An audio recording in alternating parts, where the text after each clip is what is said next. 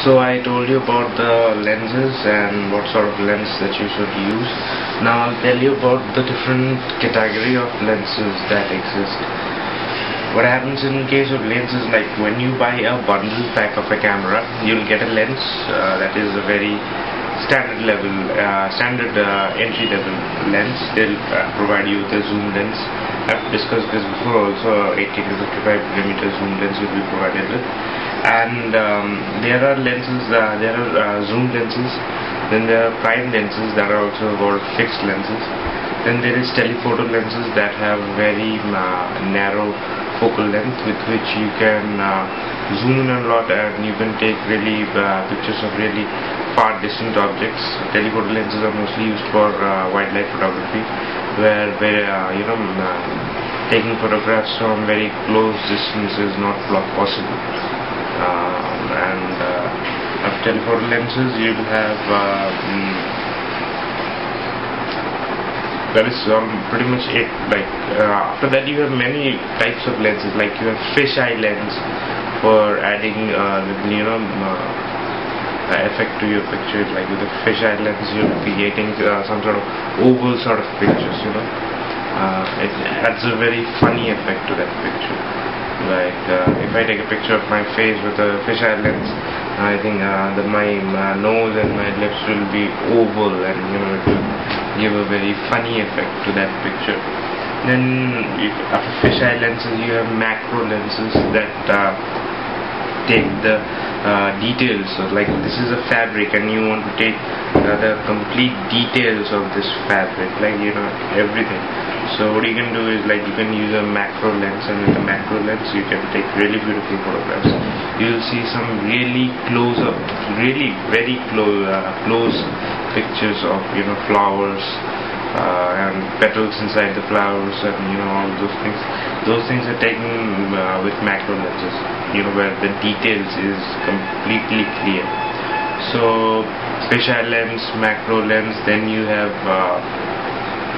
there is a whole lot of lenses available, and it completely depends upon your requirement, your choice, what sort of photography you want to do. So you can just Google it, or you can just see what sort of lenses are there. So there are a lot of lenses. There is a huge collection of lenses, and from there you can choose, and each and every lens is quite expensive. Fine. Now I will tell you a few things that I did not in my first video. I told you that I will not teach you how to mount the lens on your camera and everything, but let me just get you introduced to the digital SLR camera. Now with a digital SLR camera, what happens is you are not able to view the image on the LCD before taking the photograph. Like if you are already having a point and shoot camera, what happens is you can see the image in the LCD, but in case of a SLR you have a viewfinder and you'll have to see it from the viewfinder.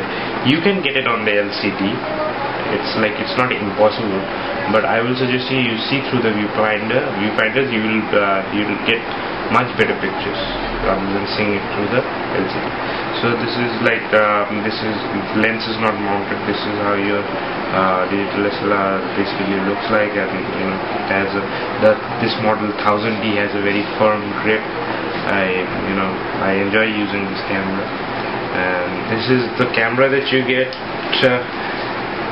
The lens, this is the lens that you get, and this is the battery pack that you get with this. A lithium battery like this, and you'll get a 2 GB memory card with the Canon 1000D. Now this offers vary depending upon the various seasons and all. So this is pretty much it for your camera, and the basic three modes: aperture priority or aperture value, time value or shutter priority, and the manual mode. And there are preset modes over there which I told you to avoid, especially the automatic mode. And yeah, I guess that's pretty much it. Now it's time for the queries. some of my friends and people who use my video ask me very few some very basic question, like whether they should go for a high-end point and shoot camera or they should go for a SLR. Now, one of my friends asked me whether he should go for the new camera launched by Sony, that is the Alpha series, which is having lenses, and it says that it has a digital SLR-like quality, really high definition pictures. It has these modes over there also. It has aperture value, time value, or aperture priority or shutter priority over there. But the thing is that whatever happens, that's a point and shoot camera. That's not an SLR. You will not get the liberty in a point and shoot camera of making the settings yourself. There will be something preset.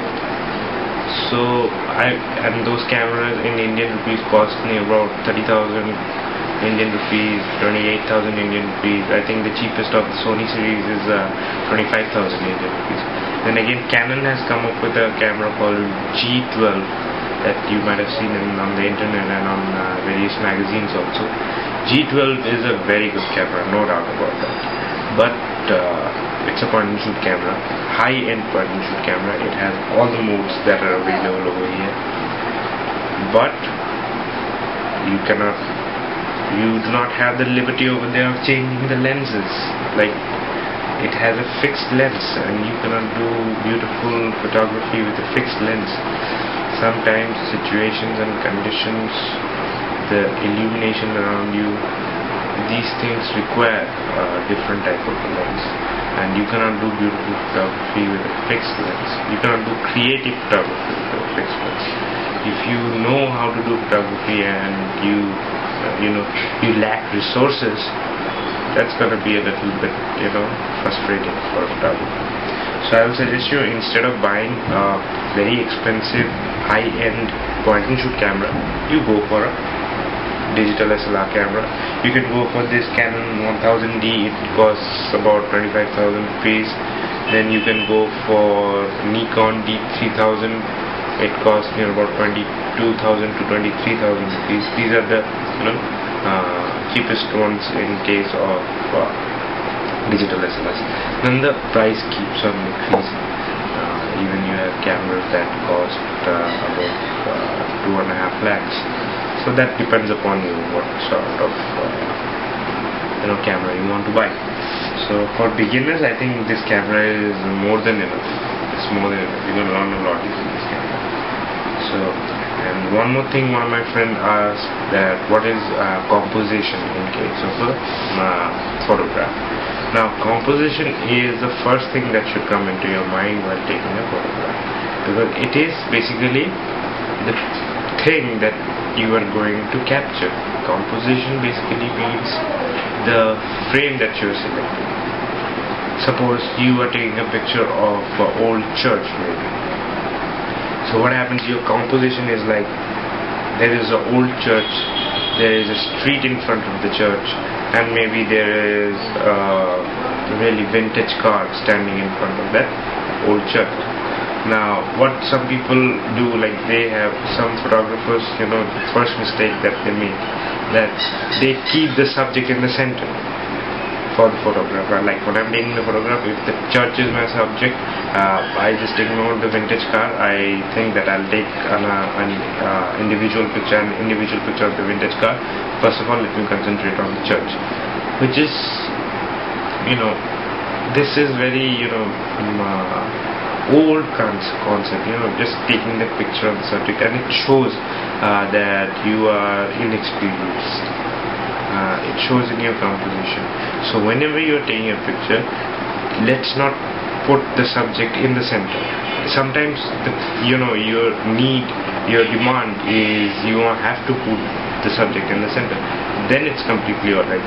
But try to put the subject in the corner. Suppose I want to take a picture of church. Suppose this is the church, this is the vintage car, and this is the street. And what I do, I move in with the camera and I just take the picture of the church. I keep the church as my center subject. I avoid the street, I avoid the vintage car. But what I could have done, like if I would have taken the picture from a different angle, I would make the composition like I'm taking the picture of the church, the vintage car is in the corner, and there is a street over here. So what I'm doing, I'm putting the church in the corner frame. Like I divide the frame into grids. Like I draw two vertical grids. Like I imagine two vertical grids and two horizontal grids. Now there I have total 9 blocks within my frame. So within those 9 blocks I keep the church in the first left hand side 2 blocks, and I keep the street in this from the left corner to the right corner, and in the bottom last 2 grids is my vintage car. So what happens, this makes the composition. Now the composition is the church, the street, and the vintage car.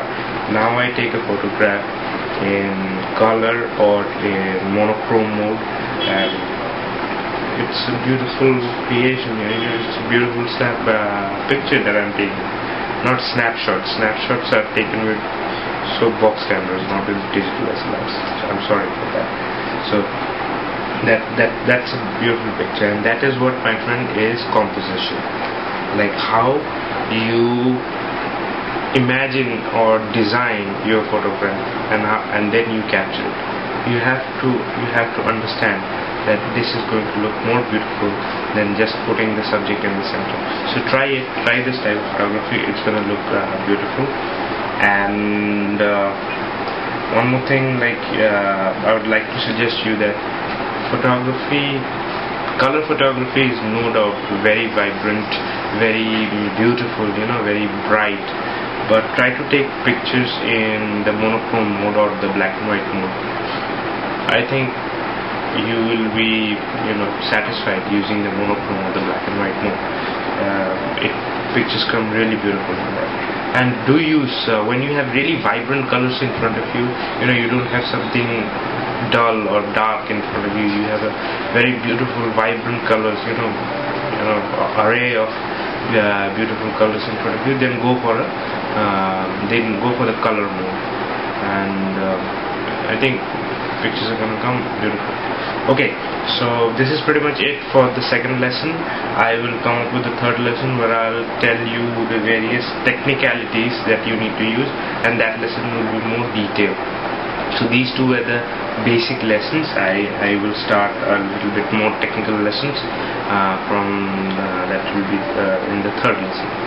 So thank you very much for watching my videos.